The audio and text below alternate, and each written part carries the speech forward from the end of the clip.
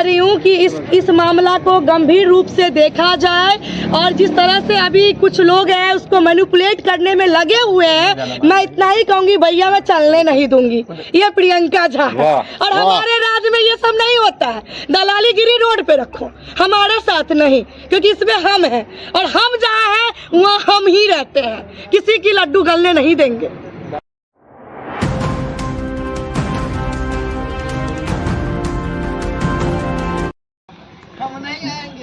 नमस्कार, दैनिक भारत में आपका स्वागत है। अभी मैं विश्वविद्यालय थाना में पहुंचा हूं और एक घटना घटी है काली मंदिर में, और उसकी चश्मदीद गवाही नहीं है।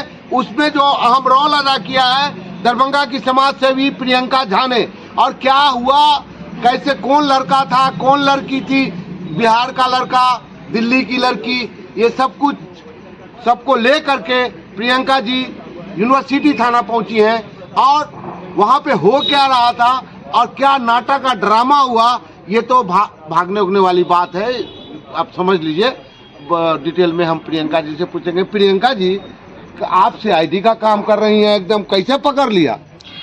देखिए, श्यामा माँ मंदिर हम गए हुए थे प्रांगण में मैया का दर्शन करने। उसी दरमियान हम इस लड़का लड़की को देखे बैठे हुआ था काफी देर से जी। और उसके बाद जब मैंने देखा कि जब वो बैठे थे तो मैंने उसको वॉच किया 1 घंटा तक। वॉच करने के बाद जब मैं वहाँ पे बैठी, श्यामा माँ दरबार में गई थी दर्शन करने, और मैं वहाँ पे बैठी थी तो 1 घंटा से मैं दोनों का वॉच की हूँ कि आखिर ये दोनों बैठा क्यों है यहाँ पे। काफी रात भी हो रही थी, तो जाहिर सी बात है कि हम लोग सोशल एक्टिविस्ट हैं, तो इस सब तरह का चीजों तो बार बार आता ही रहता है। तो ये सब देखने के बाद हम इसके करीब गए और पूछताछ किए कि बाबू यहाँ पे तुम लोग क्यों बैठी हो, क्या बात है, कोई परेशानी है, क्या है। तो लड़का ने कहा कि मेरी ये बुआ की बेटी है, मतलब बहन है। जैसे ही कहा कि मेरी बुआ की बेटी है कि मेरा दिमाग थोड़ा खनक गया, क्योंकि मैं इसकी एक्टिविटी को भी नोटिस कर रही थी काफी देर से। तो ये बॉयफ्रेंड और गर्लफ्रेंड की चक्कर जैसे ये लग रहा था। उसके बाद मैंने कहा कि सच्चाई बताओ, क्योंकि आए दिन हम यही काम ही करते हैं, हमको बताओ कि हकीकत क्या है। तब लड़का ने स्वीकार किया कि दिल्ली से हम इसको भगा के लेके आए हैं स्वतंत्रता सेनानी ट्रेन से। लड़का का जो घर है वो दरभंगा डिस्ट्रिक्ट में ही है, लड़की का जो है वो मुजफ्फरपुर में पड़ता है, और लड़की दिल्ली में रहती है।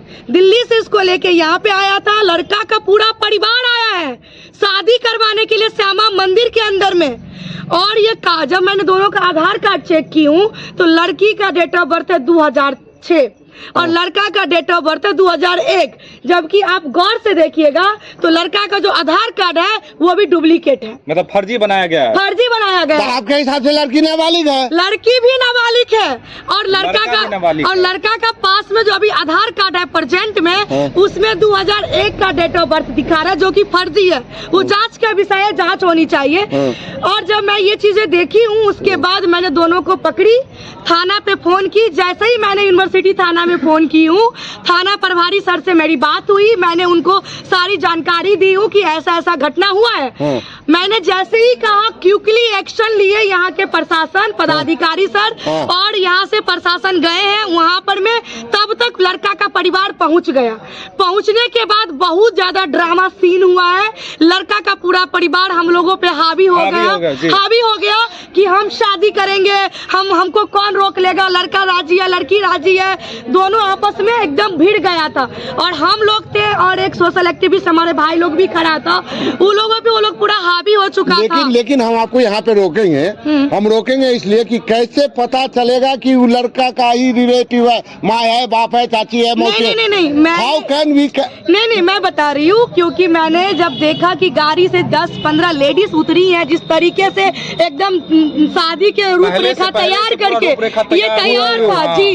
जब तक प्रशासन पहुँचते वहाँ पे तब तक ये लड़का का परिवार आ गया था, और उसी परिवार में से एक महिला निकल के आई और मुझे कहती है कि मैं लड़की की चाची हूँ।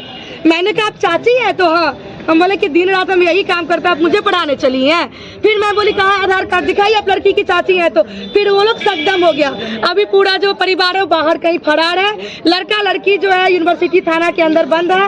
अभी बैठाया गया है, आजादी में कैंप रखा गया है। मेरा यही है थाना प्रभारी से एक निवेदन है कि इस मामला को संज्ञान में लेते हुए, क्योंकि मामला गंभीर है, कल के डेट में अगर उसी लड़की के साथ किसी तरह का घटना घट जाएगा, और आए दिन आप लोग देख रहे हैं कि हम लोग परेशान हो चुके हैं इस तरह का मामला को देखते देखते, तो इसीलिए कल कोई दूसरा घटना ना घटे, कल कोई और बेटी बलि ना चढ़े, कल और कोई लड़का का परिवार ना उलझे, इसके लिए हम यही कहेंगे इस थाना के प्रभारी सर को कि इसको संज्ञान में लेते हुए लड़की को अंदर किया जाए, उस पर जांच किया जाए, क्योंकि लड़की 17 साल की। जैसा आप बता रही हैं, ये तो बहुत बड़ा गेम प्लान लग रहा है, षड्यंत्र लग रहा है। बिल्कुल, इसके पीछे बहुत बड़ा साजिश भी हो सकता है। हाँ। मैं इसलिए कह रही हूँ क्योंकि लड़का को देखिएगा तो हमको लगता है कि मुझे कहना नहीं चाहिए, सड़क छाप जैसे दिख रहा है। हाँ, हाँ। हाथ में चेन ऊन पड़ा है, कड़ा उड़ा पहना है, एकदम ये लग रहा है कि एकदम पूछा भी कोई जो आप क्या काम करते हैं,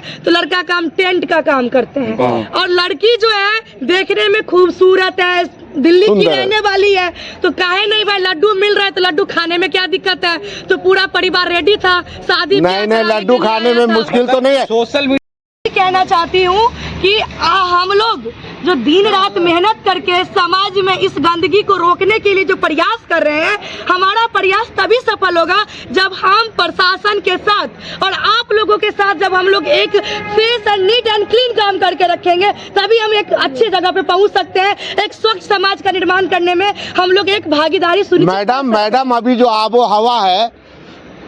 आबो हवा है सिर्फ यहाँ का नहीं, पूरे देश में आपने एक बड़ी पते की बात कही है, लड्डू है क्यों नहीं खा लिया जाए। लड्डू को खाने के बाद मसल भी दिया जाता है। मैं यही कह रही हूँ कि इस मामला को गंभीर रूप से देखा जाए, और जिस तरह से अभी कुछ लोग हैं उसको मैनिपुलेट करने में लगे हुए हैं, मैं इतना ही कहूँगी भैया, मैं चलने नहीं दूंगी।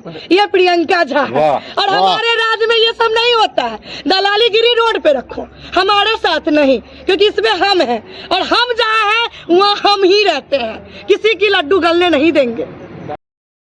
देखिए, प्रियंका झा शुरू से इस शहर में एक तो ये है कि बेटी बचाओ बेटी पढ़ाओ का नारा अपनी जगह पे, एक अकेली प्रियंका इस तरह के कई केसों का उद्भेदन कर चुकी है, और ये महिलाओं के लिए आवाज बनती रहे, चाहे उसकी हत्या हो गई हो, चाहे दहेज की हत्या हो गई हो, या बेकसूर कहीं फंस गई हो, वो उसके लिए एक दीवार बन के, एक ढाल बन के खड़ी रहती है। आज भी वही हुआ है, बच्ची को बचाने के चक्कर में एक ढाल का काम किया है प्रियंका झा में, और दैनिक भारत और हम लोग उनको 21 तोप की सलामी देते हैं और सैल्यूट करते हैं। वो इसी तरह से काम करती रहे, उनकी एनर्जी बरकरार रहे और देश की बेटियों को वो बचाती रहे। धन्यवाद।